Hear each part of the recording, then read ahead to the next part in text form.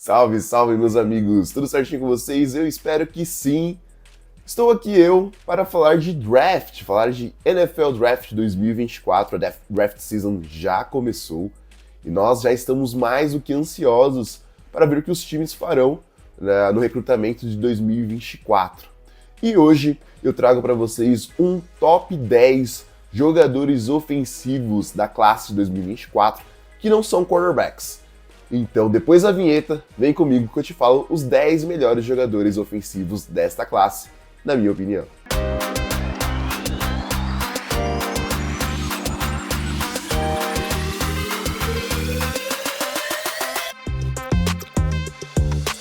Mas antes de começar o vídeo, não se esqueça de se inscrever aqui no canal do YouTube do The Playoffs, ativar o sininho para receber notificações toda vez que saírem vídeos novos, deixar seu comentário sobre a sua opinião sobre os jogadores que eu vou falar aqui, ou de mais jogadores do NFL Draft, né?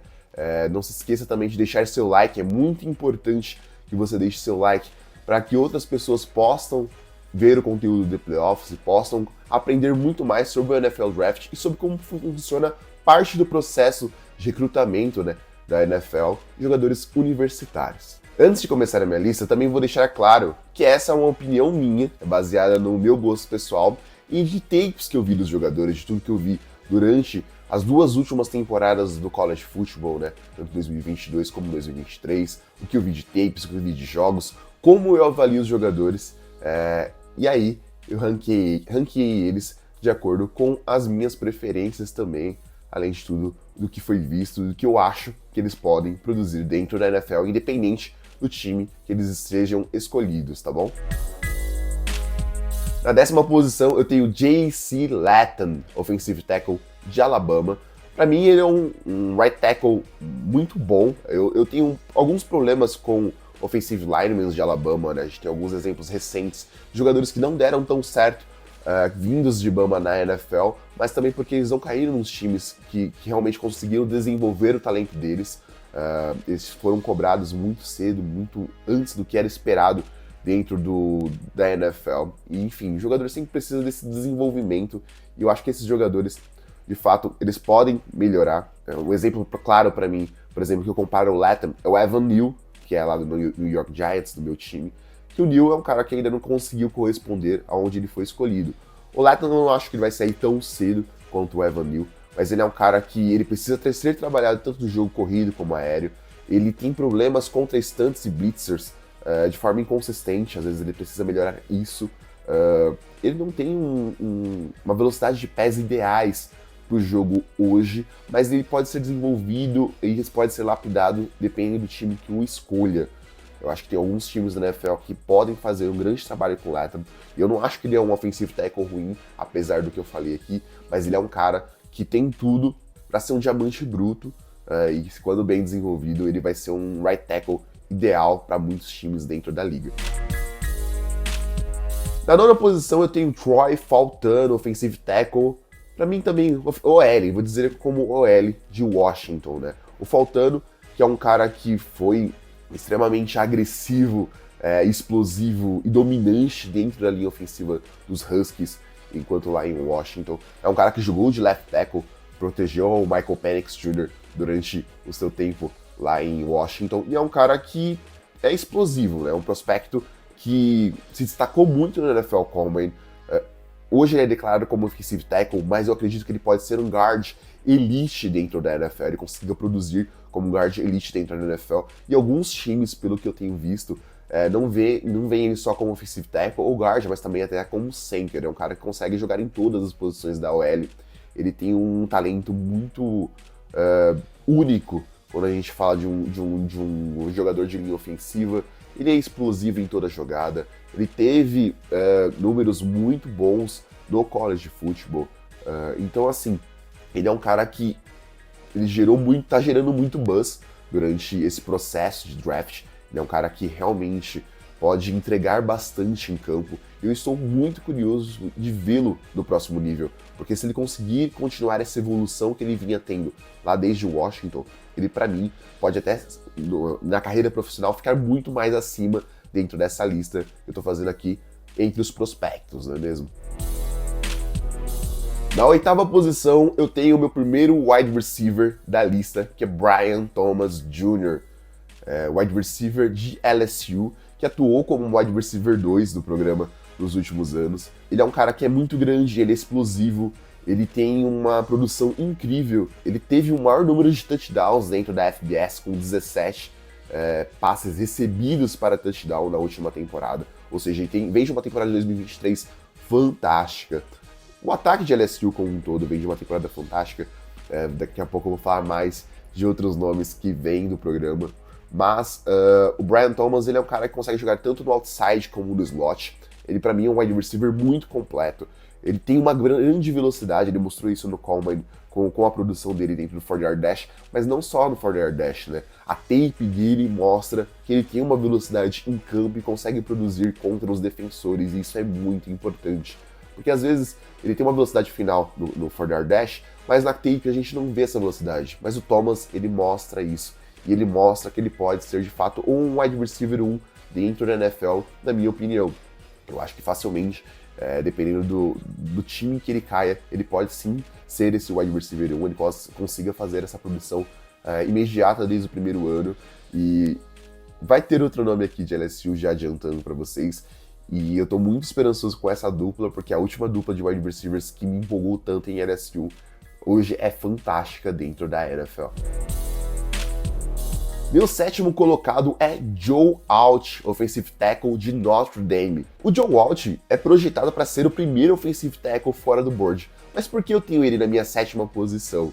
Eu não vi tanta diferença assim das tapes do Alt entre 2022 e 2023. Ele ainda, para mim, tem problemas de finalizar as jogadas.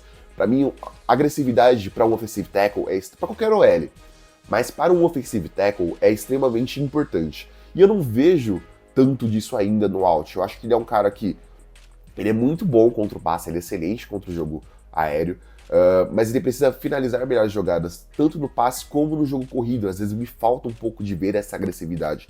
Ele vem de um programa que desenvolve e cria muitos talentos de offensive linemen. Eu acho que ele vai ser um grande tackle dentro da NFL, mesmo porque ele foi titular em Notre Dame durante as 3 temporadas em que lá esteve, né, em Fighting Irish. Então, ele é um cara que é muito novo, ele tem apenas 21 anos, ele vai ter 21 anos durante toda a temporada de 2024 da NFL, e ele vai ser muito bem desenvolvido. Eu acho que ele só cai um pouco nessa minha lista porque eu espero mais dele. Ele é um prospecto que é grande, ele tem um tamanho, mas eu quero muito mais dele, eu quero ver mais agressividade do Joe Alt, eu quero ver o que ele pode produzir de fato dentro da NFL, e eu quero que ele cale minha boca. Então, hoje eu coloco o Alt aqui na sétima posição, mas eu de fato espero que ele consiga evoluir cada vez mais e ser, por que não, o melhor offensive tackle dessa classe. Na sexta posição temos mais um offensive tackle. Essa classe, para mim, ela é recheada de bons wide receivers e bons offensive linemen, principalmente para saírem dentro da primeira rodada. E o meu sexto colocado é Taliese Fuaga, offensive tackle de Oregon State. Um cara que a tape dele mostra muito, mas o quanto ele mostrou dentro do Senior Bowl fez cada vez mais eu gostar muito mais do jogador em si, muito mais do prospecto, mas não só a mim, como os demais scouts da liga, né? Os times começaram a dar muita mais atenção pro Fuaga depois do Senior Bowl. Isso só mostra o quanto realmente o Senior Bowl é importante para isso. E ele alinha como right tackle, mas eu acredito de fato que ele consiga jogar até de left tackle, se necessário, dentro da NFL. Hoje eu colocaria ele como um right tackle titular de dia 1 dentro da liga. Mas eu não consigo ver problemas, eu não consigo ver fraquezas dentro da tape do Fuaga, e isso que me intriga bastante. Eu acho que ele tem um calibre muito grande de ser um Pro Bowler, um All-Pro dentro de alguns anos. Eu gosto muito da agressividade do Fuaga, de como ele finaliza jogadas. Eu acho que ele pode até se jogar de guard, se necessário, que ele é um cara que o time que selecioná-lo vai ter um jogador que se entrega ao jogo o tempo todo, e isso é muito importante para o offensive lineman. O que eu não vejo um pouco na tape do Alt, eu vejo na tape do Fuaga, enfrentando certos defensive tackles, enfrentando certos edges durante a sua carreira no college football, mas principalmente lá no Senior Bowl, como eu já citei, fez muita diferença para ele estar um pouco mais alto dentro da minha lista. Na quinta posição, finaliza essa sequência de offensive tackles, né, com Olumuyiwa Fashanu, offensive tackle de Penn State, para ficar mais fácil para as pessoas pronunciarem, Olu Fashanu, que para mim, Lucas, é o principal offensive tackle dessa classe. E muita gente pode até se espantar com isso, porque nos boards, mock drafts, enfim, o Fashanu tem caído bastante. E o time que pegá-lo com essa queda vai ser muito feliz, na minha opinião, porque o Fashanu, para mim, é um finalizador nato. Ele não é só um offensive tackle que tem uma ancoragem muito boa, que é muito importante, tanto para o jogo corrido como para o jogo aéreo, principalmente para o jogo aéreo, né? Porque quando os edges, o IDLs vêm para cima de você, você tem que saber ancorá-los e colocar as mãos de uma forma que você consiga movimentá-los e guiá-los para você finalizar a jogada. E o Fashanu consegue fazer isso. Ele sempre finaliza jogadas com muita força e agressividade. Ele tem tamanho, largura e força de um jogador elite. Eu acho que isso é muito importante. Claro que ele teve problemas em 2023. Se você analisar a tape dele de 2022 para 2023, a gente vê uma certa queda, mas o talento tá ali. O talento não deixou de estar ali.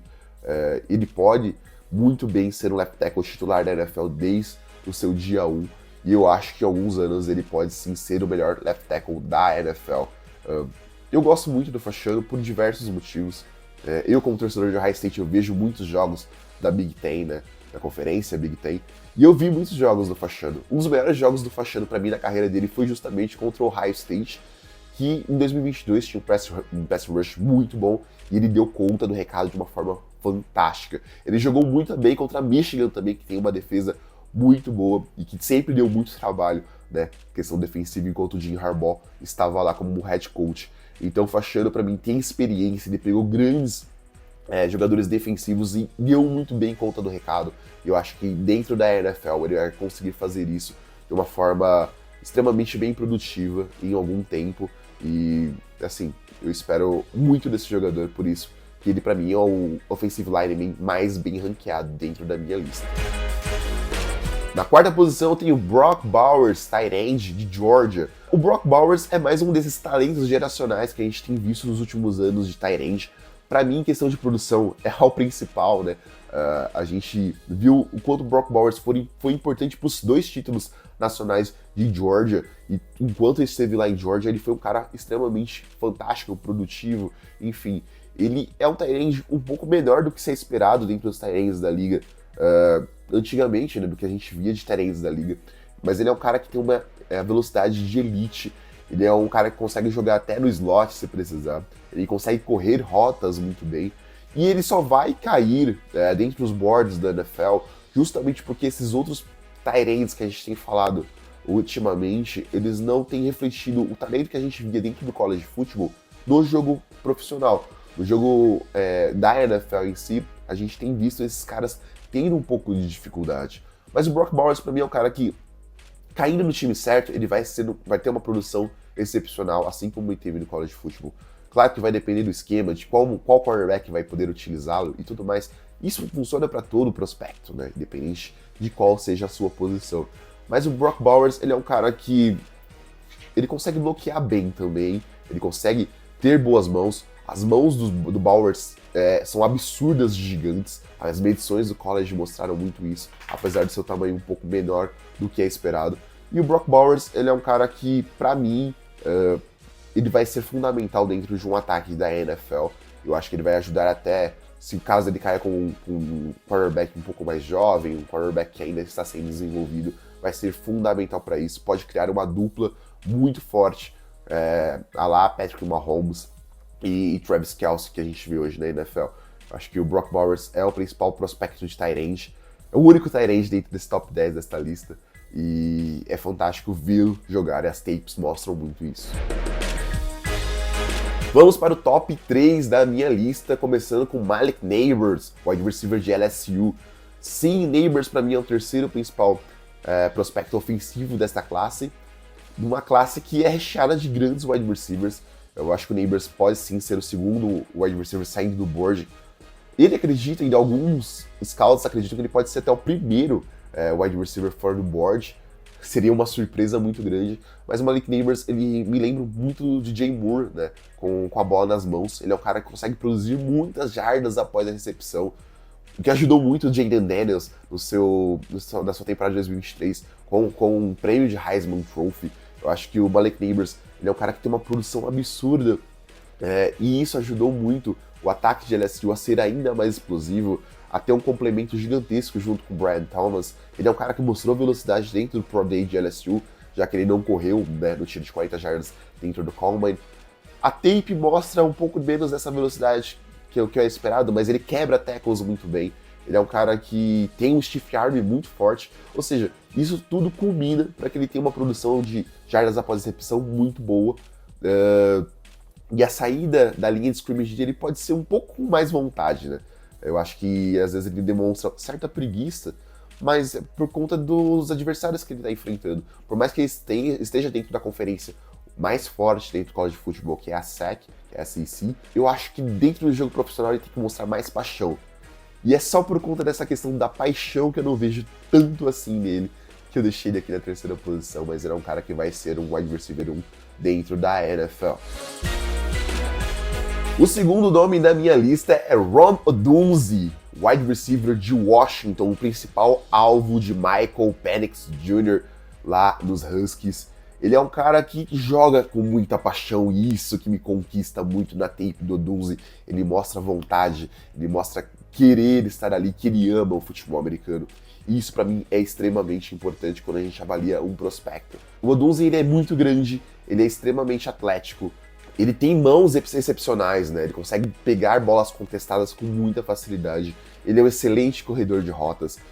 Ele sabe apanhar muito bem no meio do campo, ou seja, por ele ser muito grande, normalmente o Penix lançava muito para ele dentro do meio do campo, ali onde estavam os linebackers. Ele sabia muito bem apanhar de linebacker, de safety. Ele é um cara que não perdia o controle da bola, né? E isso é muito importante. Acho que a tape do Odunze fala muito mais.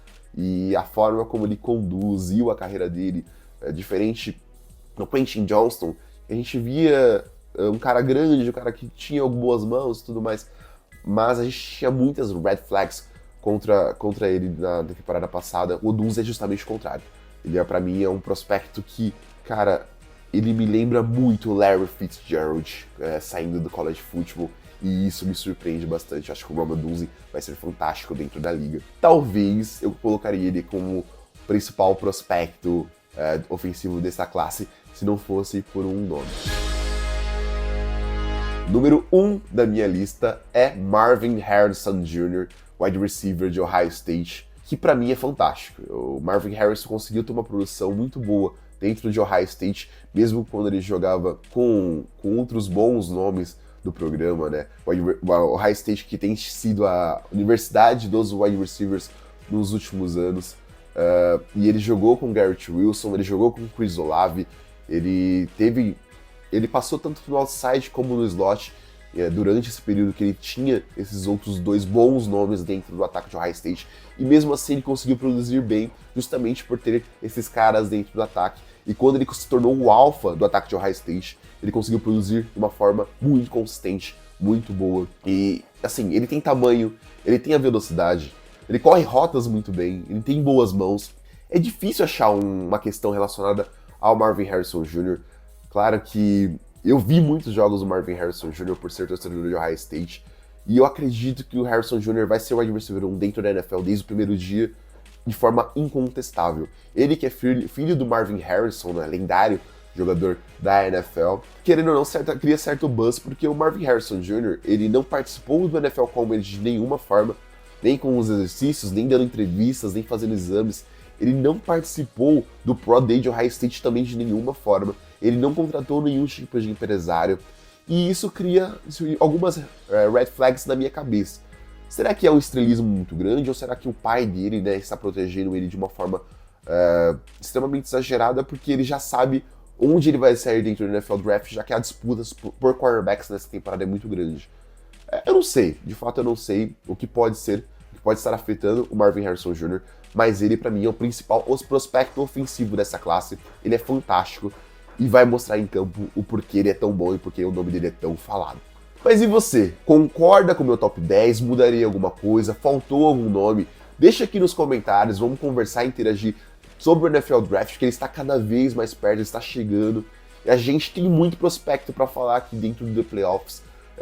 E eu espero por vocês comentando nesse vídeo, falando sobre o que vocês acharam e o que acham dos prospectos desse ano. E a gente vai interagindo.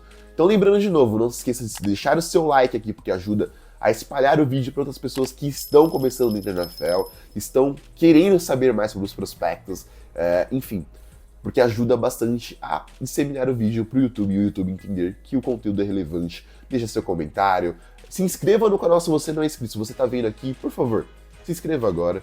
Ajuda bastante a gente a espalhar o trabalho não só com a NFL, mas com todas as outras grandes ligas dos esportes americanos. E vamos lá que a temporada de Draft Season está começando, a gente tem muito conteúdo vindo aqui no The Playoffs e eu espero contar com vocês em cada um deles. Valeu, gente, um abraço e até a próxima.